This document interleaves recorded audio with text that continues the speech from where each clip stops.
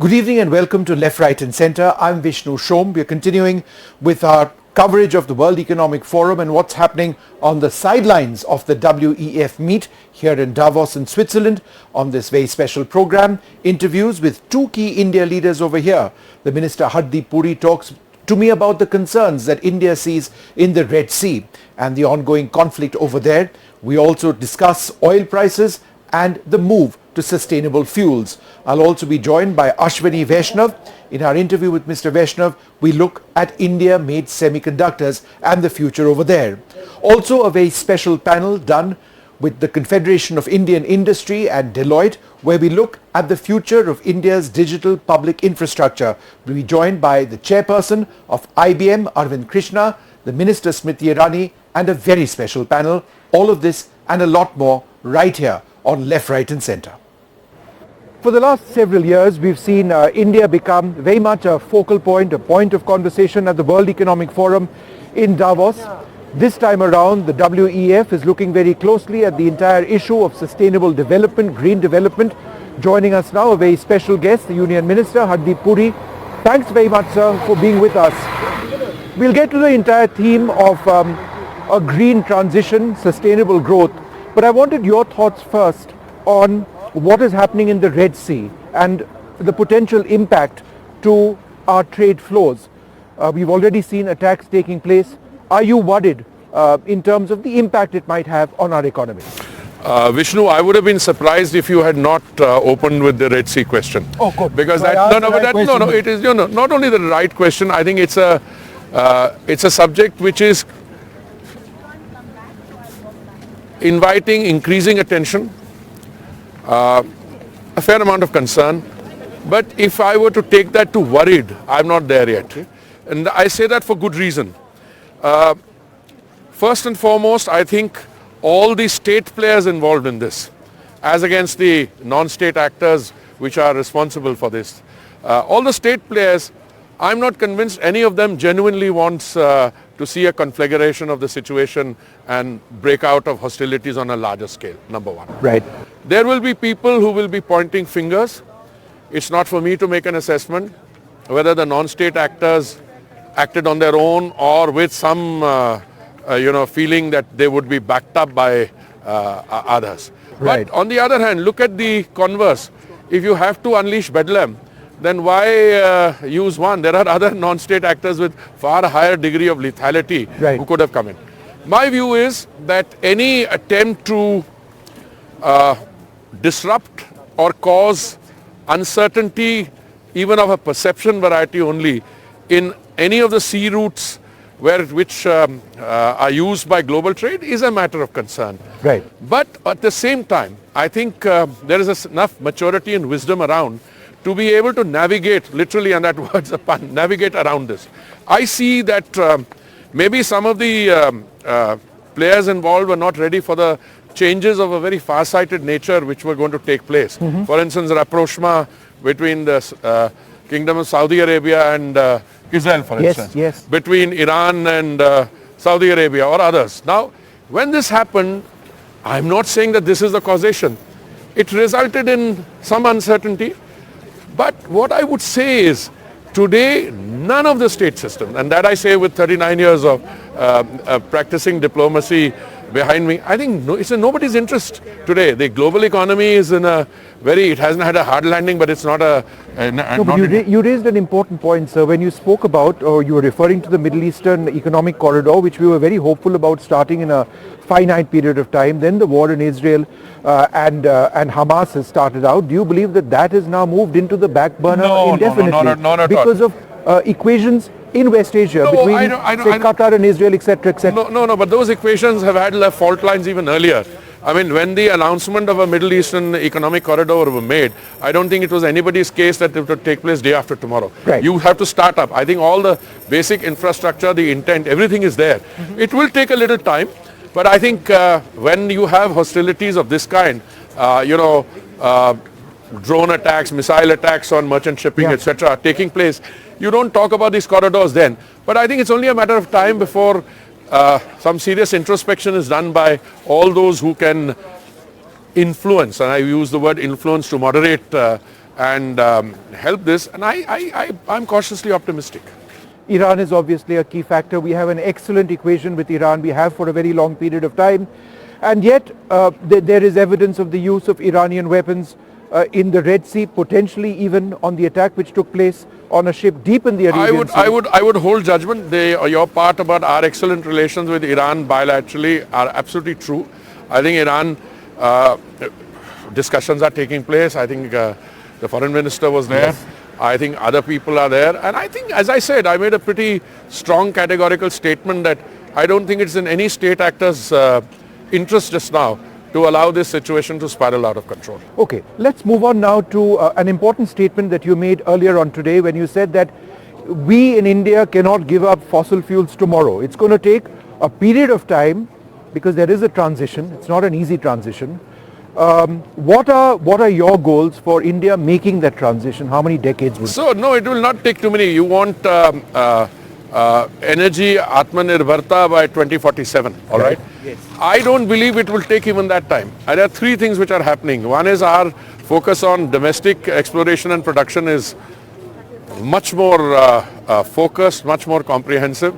I think one of our oil majors, ONGC, made a very good find just 5 days ago, 35 kilometers off the Kakinada coast in Andhra Pradesh.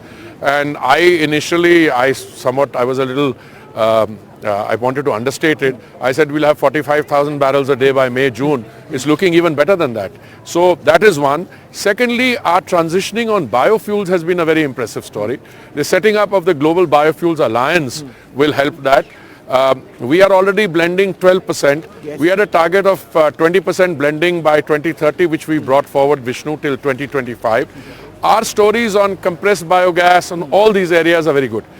Why I say that transitioning doesn't mean that you change gears in a moving car. I mean, you're driving at 90 kilometers an hour. You suddenly don't turn around and shift gears and say, now I will not use fossil fuels. I will use only, green energy. Yeah. The green energy story is going to be helped by biofuels. The 20% blending inhibition, I would call it a state of mind, because somebody told you that 20% blending you don't have to change any of the parts of your automobile. You can use the existing part. But I think in Brazil has shown that the same manufacturers with a little bit of adjustment take it. But the real story is green hydrogen. Exactly. Yeah. Now green hydrogen, let me say, lends itself to success, Vishnu, in countries which have their demand present there, which will have the capacity to produce and in close proximity. A gas like green hydrogen, any gas, does not lend itself to travel. Yes. I mean, you cannot say you make green hydrogen, let's say, in the deserts of a country 10,000 kilometers away and then hope to transport. No, you can transport green ammonia, which we are doing. You're making it, Greenco selling it to Unipar in Germany, or for Singapore's new electricity plant, we are going to provide green hydrogen, green ammonia going from India. Transitions, by their very definition, successful transitions need simultaneous concomitant action. Whilst you are doing all this, okay, you are also ensuring that you don't become vulnerable to lack of availability. Because the three challenges you face are availability, affordability, and sustainability. No, but let's talk about affordability. Is that not a huge concern now that the technology is there? For green hydrogen to be viable in India and around the world, how key is it to get the price right? No, so that's where the and then there's the entire safety angle as well. Success lies in that. When I had a first interaction with the US Energy Secretary, Jennifer Greenhalgh, she started talking, and I was very new to this job, 1 for 1 for 1, which means what? 1 kilo of green hydrogen for $1 for 10 years. Yeah. Today, you've already brought the price of green hydrogen down to $3 in India. Okay? Yeah. You have demonstrated out of the two requirements. One is very reasonably priced, clean solar energy. We've demonstrated that as a country we can bring it down from 25 cents to 3 cents. We've done that. Then you need electrolyzers. Now, what you require now is, let's say your import bill, I'm saying hypothetical, I don't, is $120 billion. The price comes down from $3 to say $2.40. Would you not have to make a choice at that point of time? instead of spending $120 billion or not all of it, part of it, I divert that to green hydrogen. Right. You're reaching that stage. That's why I keep saying all your assessments about 5 million metric tons per annum by 2030, they're gross underestimates. You see, when you are going down a new system, that new system, you don't have any experience. You are looking at what is happening in the rest of the world, and then you set yourself modest targets, because once you set a modest target, you will be insulating yourself from criticism that you didn't meet the target. So all policy makers, and India is no exception, they will set a modest target and then do better than that. But I think the green hydrogen story in India today, foreign investment is coming into that. Land is being acquired, many of these companies, and today they are demonstrating that they are competing. Now, we don't have what is called the Inflation Reduction Act, which results in several $100 billion of state funding being provided. But somebody said, why you should as India criticize them. I said, not at all. If you have the resources to spend $400 billion on this thing, you will do it. You're not going to be guided by this thing. What I would do instead is get my oil companies or my private sector and state sector players to take part in that opportunity, take advantage of that opportunity, and contribute to the global green hydrogen situation. One final question. India and Davos, we are an outlier in terms of our GDP growth. The world's growth has been projected at 2.9%. India is well above 7%. 7.3%. Right? And this is a mini India over here. Maybe not where we are standing right now, but I smell Indian food here. I smell Indian food. So that you can smell now in most parts of the world. But more so in this minus 14 but give us that's true. Well, give us your sense of your conversations over here, the sense of enthusiasm for India. Do you believe there'll be investments in India? There are 3 state governments over here. Well, state there are more than that. There are 2 chief ministers here, as far as I know. No, but look, that has been on the rise, more so in the last 9-10 years. What I see happening is, and as I started by telling you, that nobody comes here for philanthropy or altruism. They come here because they seek and see an opportunity. And that opportunity comes. I have had 11 back-to-back meetings already in the morning, apart from my formal session. And that's the same, thread in all those. They want to invest. They want to invest, they want to partner, they want to do other things. And I think the initiatives that the Honorable Prime Minister took, I just mentioned 2 or 3 of them. Out of our 3.5 million square kilometers of sedimentary basin, 1 million was a no-go area, we released it. Right. Then we didn't make data available earlier, now we put all the data repository in the University of Texas in Houston for the world to see. All the major players, there are 5 or 6 of them, they're all partnering our companies. So I think that is the mean. And biofuels. Today, I had a meeting with the chief of Cargill. They had $165 billion turnover. He wants to deal with the biofuels and biogas in India, and he's already doing that. That is the new buzz. Minister, thank you very much for speaking to us. Thank you very much. At the World Economic Forum meet, and certainly on the sidelines in Davos, Switzerland, artificial intelligence, the future of digital infrastructure rollouts, technology at so many levels are some of the key issues being raised. We've got a wonderful guest with us, the Minister Ashwini Vaishnaw. Thanks very much. Besides being Minister, these are themes that genuinely interest you, excite you as well. One of the key issues for India going forward will be semiconductors. And resilient supply chains, obviously. How is that key to some of our future plans? So semiconductor is a foundational technology. Everybody here at Davos is like, there are people, senior people who are really concerned about the resiliency of supply chain. Semiconductors go into practically everything that we manufacture these days. So there is a lot of excitement about India's entry into the semiconductor industry. People appreciate the focus on talent that we have done. The industry leaders appreciate the focus on design that we have done. People say that the first few steps that India has taken are absolutely the right steps. People are very happy with the progress of the Micron plant because within 90 days flat, the construction began. So that's something which is giving a lot of confidence to the world, to the global semiconductor industry. From a geostrategic standpoint, this is also critical, isn't it? Because the availability of semiconductors has been limited to a couple of countries. We have a huge demand and we want to ensure that it is available for our industry when we need it. Absolutely. And that's why we have put so clear focus on developing a comprehensive ecosystem for semiconductors. And we have been supported and helped by some of the topmost leaders in this field across the world who have become members of the India Semiconductor Mission. So that is giving us very good, and today the interactions I've had with the industry leaders, they believe that this is the time when you can take the next leap. The next leap is basically starting projects to design some of the key chips that are needed in today's world. For example, for telecom, for example, for processor, for example, can you start working on your own GPU? These are the kind of inputs which are coming from the industry. That shows the level of confidence which industry has on India. And so this is something which India would be able to supply to the world, not just our industry going forward. Absolutely. Indian designed GPUs, semiconductors, and a lot of that, displays, for example, going out. So it would also set up a huge ecosystem in India with the generation of thousands of jobs. Absolutely. This is a global industry. What you design and manufacture in India can be used anywhere in the world.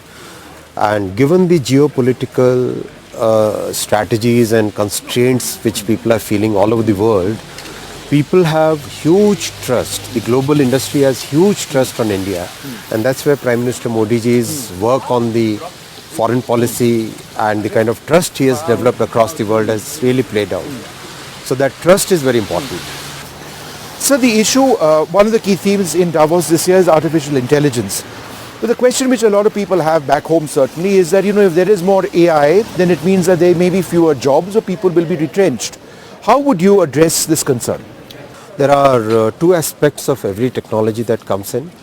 There will be transitions in the industry basis the new technology. So a lot of productivity gains will be there. There will be lots and lots of complex challenges which can be addressed, for example, climate change, for example, new drug discovery, for example, disease prevention, for example, getting earlier detection of diseases. All those things are, for example, agriculture. So these are the things in which AI can play a very positive role. Yes, there will be other negative aspects of the technology, like every other technology. When it comes, it will have. What we need to do is we have to see how can we harness the positive things and how can we save our society and the country and the economy from the negative side. Regulation is important not just within India but around the world as well, because when we talk about AI, we are talking about extremely advanced systems. We are talking about potential dangers which we have not even foreseen. Is this something that concerns you given the pace at which the technology is developing? Absolutely. Regulation of AI is today a very important topic discussed everywhere in practically every forum. Globally, there are concerns about copyright, there are concerns about the content which is getting created, there are concerns about racial bias, there are concerns about deep fakes, there are concerns about identity theft. So these are the concerns around which regulation is getting built, getting developed. We are part of the global thinking process. We chaired the GPay, which is basically a body of a very large number of almost 28 countries are members of that. And our thinking, which balances innovation and regulation, has been widely appreciated and widely acknowledged. You spoke about deep fakes. I'll just touch upon it. It is a huge concern. The Prime Minister is personally worried about this. How is the legislation that we are now pushing out and the rules that we are now pushing out designed to ensure that people are protected? That's what you are basically intending to do at so many levels, whether it's children, public faces, anybody else. The idea is to protect citizens. Absolutely, and for that multiple things have been done so far within the IT Act and the rules under it. There are provisions which can help us prevent any identity theft. We have also had lots of workshops with the industry, with the platforms, and the platforms are taking responsibility, but I think they need to do much more than this. They need to deploy technologies where deepfakes can be detected, and there are technologies available today. They need to deploy those in good quantity and good frequency. time has come when the platforms should start taking responsibility for what they are publishing. The way the print industry involved, the way the newspaper industry involved, similar structures are needed in the social media platform industry also. So what is the timeline for the benefit of our viewers that you have set? Whether it's Twitter, whether it is any of these platforms, to say that look, YouTube, Facebook, that you have to now get this your act together. People need to be protected now. You need to take out what is fake. We have to do it today. We cannot be living Why with... the delay if the technology exists? So that's where the social media platforms have to play a bigger role, and we are kind of continuously pushing them. I also think that maybe time has come when we need a new legal framework for this, because the legal framework right now we are working under is the IT Act, and we had started the process of drafting the new Digital India Bill, and of course it requires a lot more consultation, lot more work with the industry and other stakeholders. So we will be doing that, and hopefully after the new government is formed, we should come out with a full-fledged new digital regulation on this. When we speak about India's own digital backbone, obviously security and privacy is key to all of that. Yeah. When you meet people over here and we talk about the India story, how is this an important aspect that is covered? That privacy is key to anything that we do. Absolutely, and people really appreciate our DPDP Act, because our framework is very different from the two other extremes, where basically there is one extreme where it's purely laissez-faire, right? You do whatever you want to do. There is another regulation which has practically killed innovation and absolutely created a structure which is, okay, everything is controlled. Our framework is a framework where innovation and regulation are highly balanced, and that is being appreciated all over the world. I also hear a lot of questions here in Davos about the development of technologies, and people are highly interested in the way our telecom technology has been developed. I see keen interest from many countries who would like to import it. I also see a lot of interest on the economic growth. The growth story is something which people really are very keen to understand, and I've had multiple sessions by now where Prime Minister Modi's vision and the way he has managed the economy, the way he has brought the economy out of the COVID difficult period, all those things are highly appreciated, and the growth story of 6 to 8% consistent growth rate, moderate inflation, that is being highly appreciated here. India, like any other major economy, is potentially a victim of cyber attacks. These are external factors, or lots of, there's the dark web out there, a lot of actors who are present. Is this something that, you're very actively working to defend? We've seen, for example, power plants in the past be targeted, etc., etc. Then, there's that concern on data being leaked. So, could you share with us a little bit about what we are doing? There's continuous work going on in that field. We have a structure at the national level where threats practically running into millions, we are successfully able to thwart them. We are successfully able to stop them. And at organizational level, lots of initiatives have happened which are very effective today. We need a lot of change in behavior at the user level, which basically means some basic hygiene stuff and taking that extra care which is needed in today's world. A final question, put on your hat as Railway Minister now. You had an interesting conversation with Swiss Railways yesterday? Yeah. And this had something to do with the pace of railroad construction, rail line construction. Yeah. So tell us a little bit about that. So I visited the Swiss Railways Control Center yesterday and had a lot of interactions with the top management. They are really excited at the pace of railway construction in India. What is the rollout of Kavach now in India? What percentage of, say, passenger trains or goods trains or routes are covered by that? See, the entire world moved to automatic train protection in 1990s. The governments of those days, they never had any interest in getting the new technologies. It's in 2016 for the first time that we had a automatic train protection system approved. 2016 we did the first trials, and it's a very the system approval process is a very meticulous. It's called SIL 4 level, SIL 4. So where you don't permit a single error in thousands of operations, right? So that kind of process happened. 2019 is when the certification got done, and 2020-21 were basically COVID years, and now we are right now implementing it on 1,500 kilometers, and very soon we'll be taking out the next project for 6,000 kilometers. All right.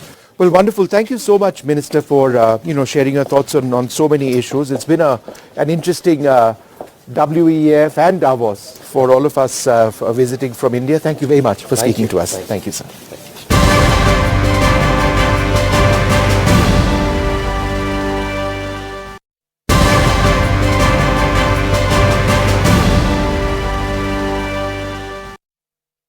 Good morning, ladies and gentlemen. Thank you very much for being here with us today. We've got a fantastic panel to discuss a theme which is very closely associated with the India growth story. It is the story of India's digital public infrastructure. It's a story where there's been profound transformation affecting the lives of more than 1 billion plus in India. It's a story where India's experience, our digital backend, our infrastructure, and our professionals believe that there is promise of extending this technology to several other parts of the world. This is something that was discussed at great length at the G20 process as well. For those of us who may not have been to India or may not be aware of the situation in India, we are increasingly an app-based society, and it's not just private apps but wonderful government apps which add to the ease of living. They add to the notion of empowerment. Apps such as Aadhaar, DigiLocker, DigiYatra, multiple banking services which operate now exist across the country on a fairly robust 5G network which is actually being scaled up substantially. Joining us in this conversation, Smriti Irani, the Union Minister of Women and Child Development. Thanks, ma'am, very much for being with us. R. Dinesh, the President of the Confederation of Indian Industry, Arvind Krishna, the Chairperson of IBM, Romal Shetty, the CEO South Asia of Deloitte, R.K. Singh, the Secretary of the Department of Promotion of Industry and Internal Trade with the Government of India, Chandrajit Banerjee to my left, the Director General of the Confederation of Indian Industry. I'd like to go across first to the Minister, Smriti Irani. Ma'am, you speak so passionately about empowerment. You speak about women's rights. But when we speak about India's digital transformation and the digital infrastructure which exists, how is it ultimately about empowering 1 billion plus in our country? I think one of the greatest examples of empowerment and bridging the gap was witnessed when the pandemic hit globally. We are a nation which was for decades in the vaccine line. The fact that India's inherent capacity to innovate frugally, to deliver to beneficiaries the promise of good governance, was in some way juxtapositioned digitally, and the fact that digital democracy can deliver timely so and justly so was most visible during the pandemic. That we in a country when the world's back was to the wall could manufacture vaccines, deliver it, and the delivery was tracked digitally, 200 billion doses. And that apart, that we extended with a sense of humility and with our promise to serve large aspects of humanity to 160 nations. The pharmacological success of India was, I think, resolute and resounding across the globe. But more so when we speak about the tenets of democracy. How has Digital India delivered? This year, 945 million Indians are eligible to vote. But when they go to vote, they will go with their bio-authorized cards, which will help the officials identify them. That after the last vote is cast, it is computed through electronic machines and declared in just 3 days. tell me a more vibrant democracy in the world that delivers electronically or digitally democracy itself. Absolutely. Mr. Krishna, let me come to you next. You know, the Minister very passionately speaking about digital transformation and democracy through the digital prism which exists. How much of this can actually be taken outside? What are some of the experiences which you feel can be translated into something substantial in other markets? So two aspects to that.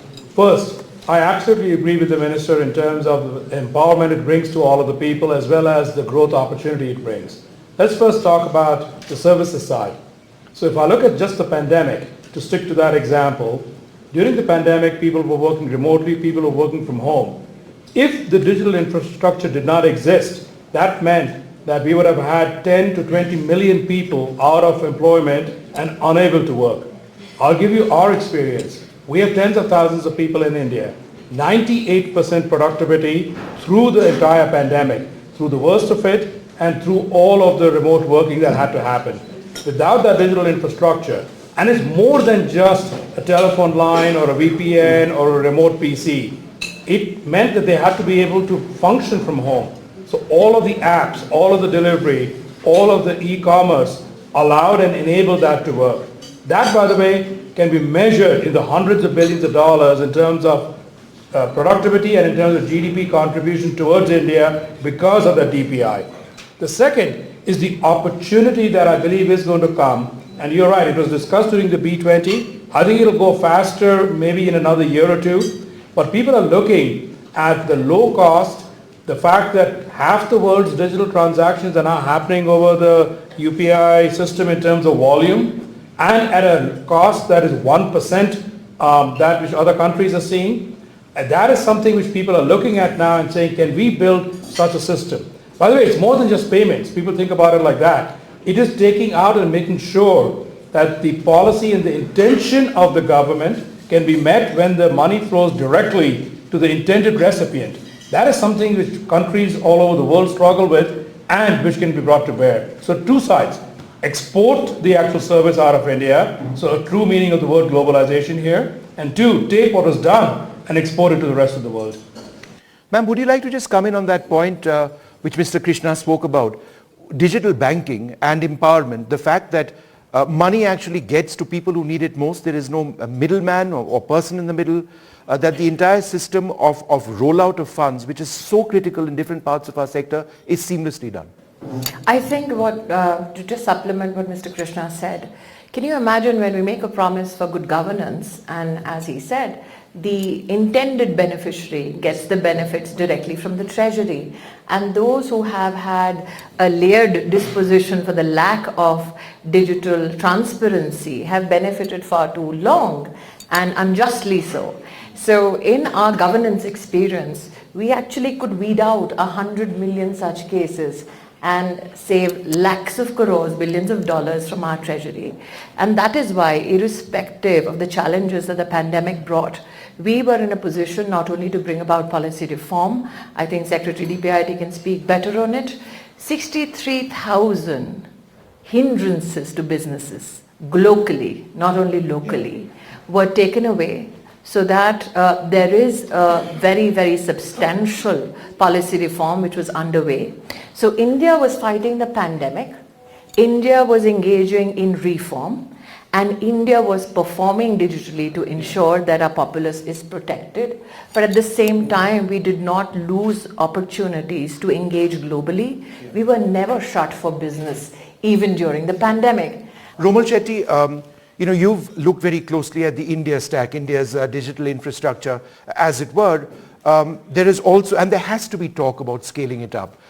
There has to be talk about sharing it based on the experiences, but as significantly on securing it. Data privacy is so critical. On these 3 points, how do you see the India story going forward?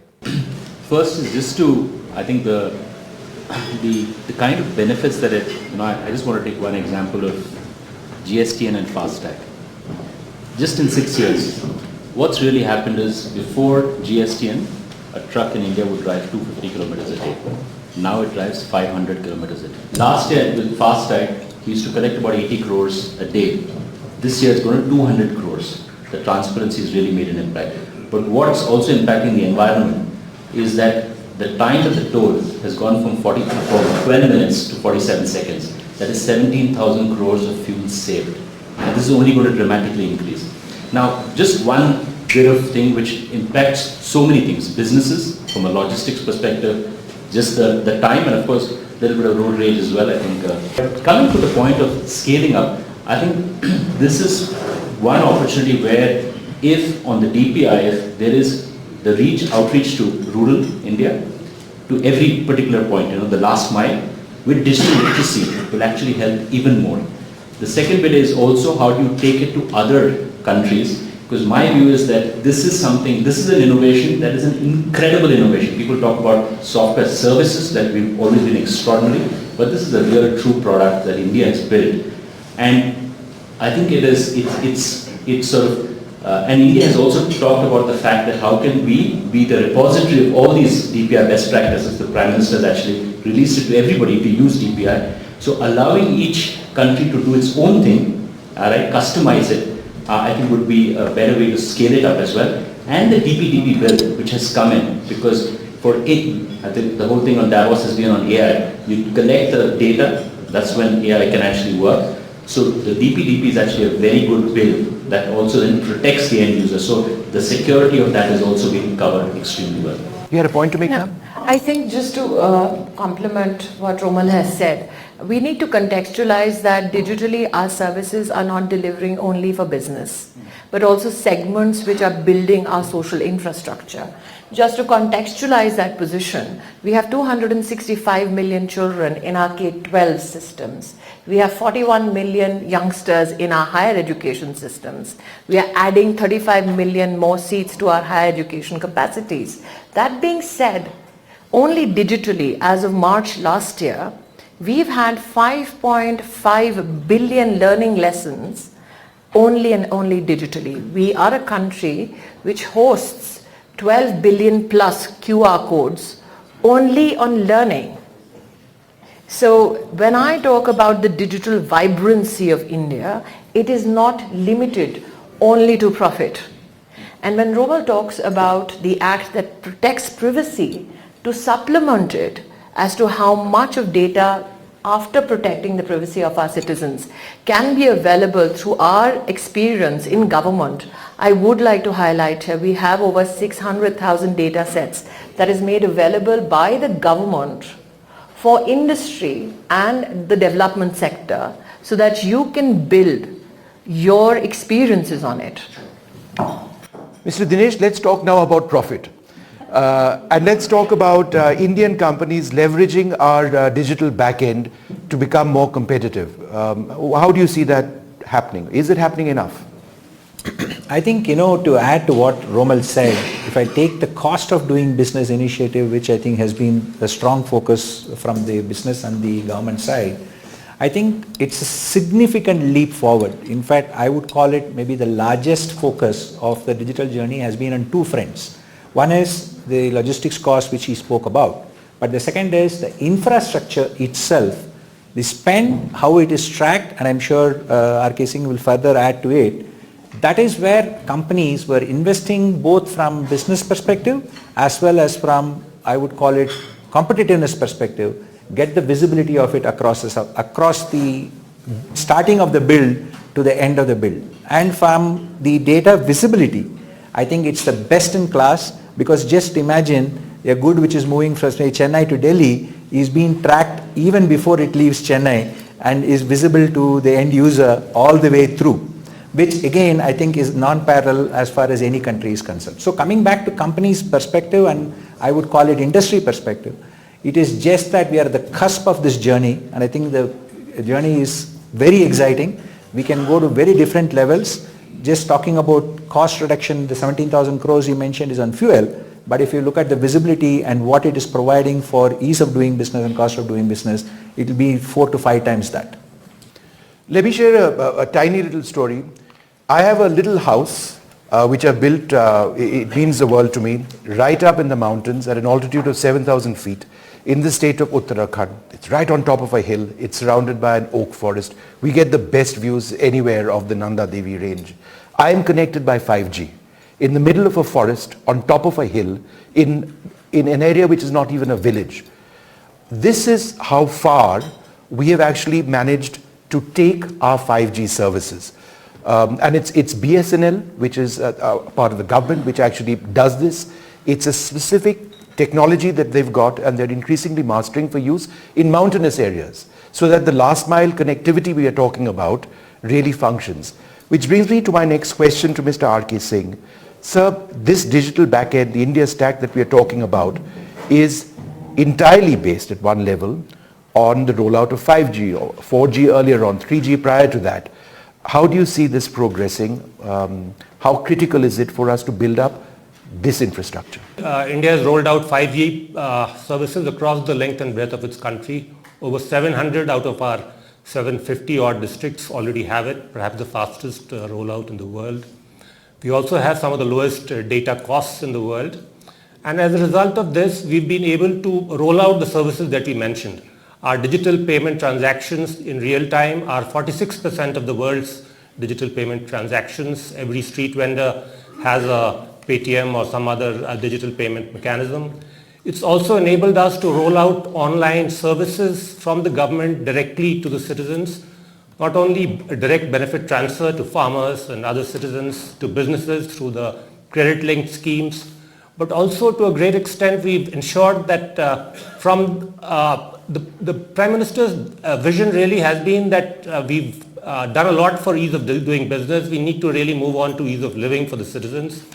So every aspect of a citizen's life, whether it is a birth, when he's born, the birth registration, the death registration, the online water and power connections, all of these are now available online in India across almost every state in India. Ma'am? I will take up from your experience on a mountain amidst a forest and then give you a scenario of WhatsApp in Bengaluru. WhatsApp has had an experience in India where 500,000 metro tickets are booked only on WhatsApp for metro and the IT professionals in India. Instagram and WhatsApp, I've heard, and I think industry leaders like Rommel and Dineshji can supplement it. They have small businesses advertising to a value of $1 billion only on small so-called social media facilities. And I think that apart from big businesses which speak about the digital infrastructure, the skill set that we have, if I look at the input cost even from a perspective of rentals, our rentals are 60% lower than Europe, 50% less than the rest of our own region. So not only is it a win-win in terms of the infrastructure and the skill sets, but the overall operational costs of doing business in India has reduced significantly. So while Mr. Shetty spoke about the cost of movement, I think if you present the India case on behalf of all such inputs, you will see we are a great place to do business in. So let me come to you next, Mr. Banerjee. Can you share a couple of examples of how India's digital public infrastructure has transformed, the corporate environment, Indian companies? So, we've heard about the corporate, we talked about profit, but one point I'd really like to pick up is how it's affected a large number of businesses, the small, medium, what our Honorable Minister was speaking about. See, we look at the numbers, 50 million merchants today connected. And that's a huge surge. One sees that's really UPI really getting the surge within. And we are talking about 1 billion odd transaction by 26-27. So which is per day, which is a phenomenal achievement to go to. And you look at the way the street vendors are using it. You will look at the way it's happening with the SMEs, with the households, the interbank, the peer-to-peer, merchant to a person, so to say. So all of that is also leading to a large number of innovations. So you talked about apps. So many of them today come up, which gets hooked onto it. So and the best thing of all of this is we see the Indian government and the DPI, that DPI is being offered to the world free of cost. which is an example to share with the rest of the world, which also has a huge implication on business if you're offering to other parts, other regions and continents.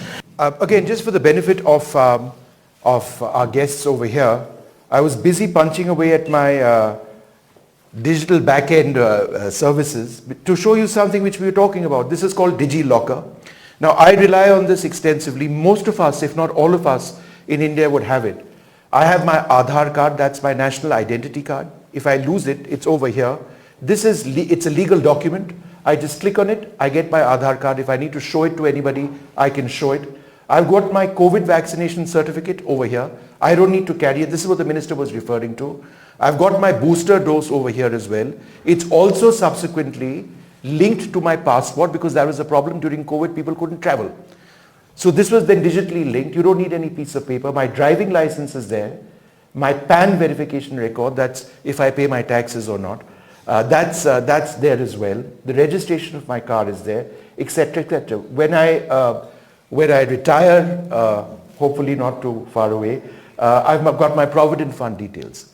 Now, this is a legal document. It's protected through 3 areas of security. There's an OTP, there's a password, and then there's a basic registration every time that I use it. Romal, we wanted to talk a little bit about security. When we talk about digital, how critical is that? I think security is the base for anybody to do business or any user to be confident that they can do those transactions.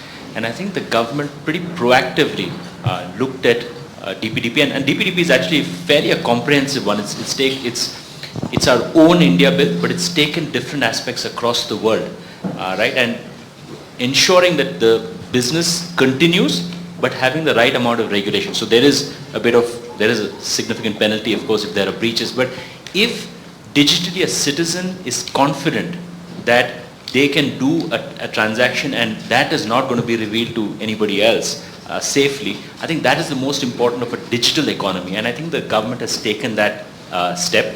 And even, I mean, different people keep talking about Aadhaar and that, whether they've hacked into it or not. Nobody is hacked into it. It's a pretty, it's a solid thing, and everybody's trying to get into it, but I think they've done such a good system. So assuring security is extremely important for the citizenry, for businesses as well. And the whole thing around KYC, right? We used to incur 500 rupees per KYC, now it's 3 rupees, right? And probably even lesser than that. But it also did ease of business. And for example, today I think the ministers, like I said, I'll never compete with her on statistics. She's got incredible statistics. But how the Anganwadi workers, for example, are monitored, how the Aadhaar is actually used, and how the payment is actually done regularly is actually an incredible thing. And I think she probably she's got some poised to give some new statistics.